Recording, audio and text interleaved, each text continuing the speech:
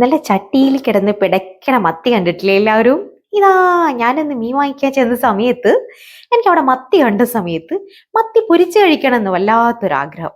പിന്നെ ആഗ്രഹം തോന്നിയാൽ നമ്മൾ കഴിക്കാതിരിക്കോ? നമ്മുടെ കേരളീയരുടെ ഒരു വികാരം തന്നെയല്ലേ നമ്മളെ ഈ മത്തി എന്ന് പറയുന്നത്.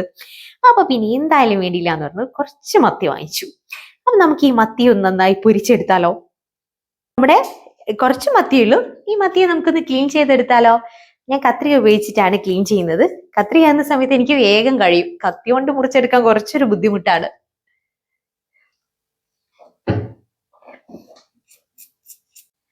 അത് നമ്മുടെ മത്തിയെല്ലാം ഇവിടെ ഇങ്ങനെ ക്ലീൻ ചെയ്ത് വെച്ചിട്ടുണ്ട്.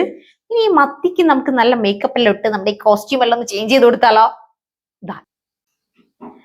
അവതാ എന്റെ കയ്യിലിരിക്കുന്ന ഇത്രയും ഐറ്റംസ് ആണ് നമ്മളിതാ നമ്മുടെ ഈ മത്തിയിലേക്ക് ഇടാൻ വേണ്ടിയിട്ട് പോകുന്നത്.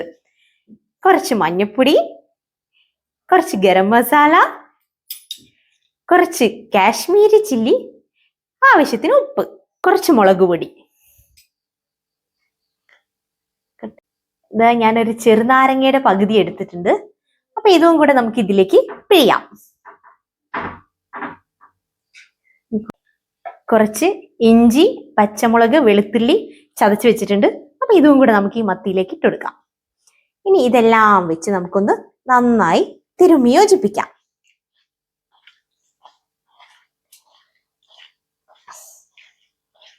അപ്പൊ നമ്മൾ പെരട്ടി വെച്ചിരിക്കുന്ന ഈ മത്തിയിലേക്ക് കുറച്ച് വിനാഗിരിയും കൂടെ ഒഴിച്ചിട്ടുണ്ടെങ്കിൽ നല്ലൊരു പുളിപ്പ് വരും.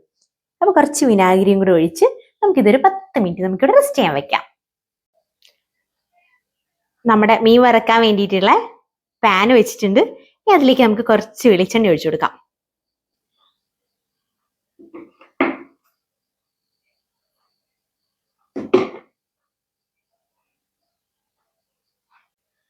നമ്മുടെ പാന് ചൂടായിട്ടുണ്ട്. വെളിച്ചെണ്ണ ഒഴിച്ചിട്ട് നമുക്ക് ഇനി വറക്കാൻ വേണ്ടിയിട്ട് മത്തി ഓരോന്ന് ഇട്ട് കൊടുക്കാം.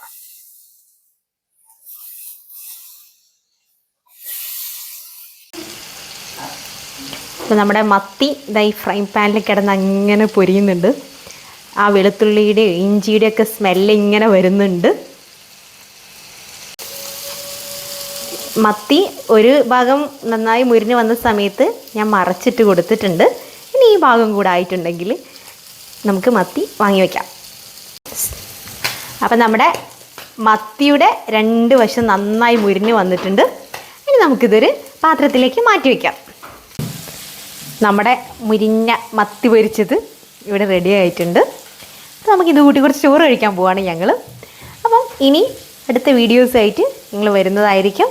Okay, by.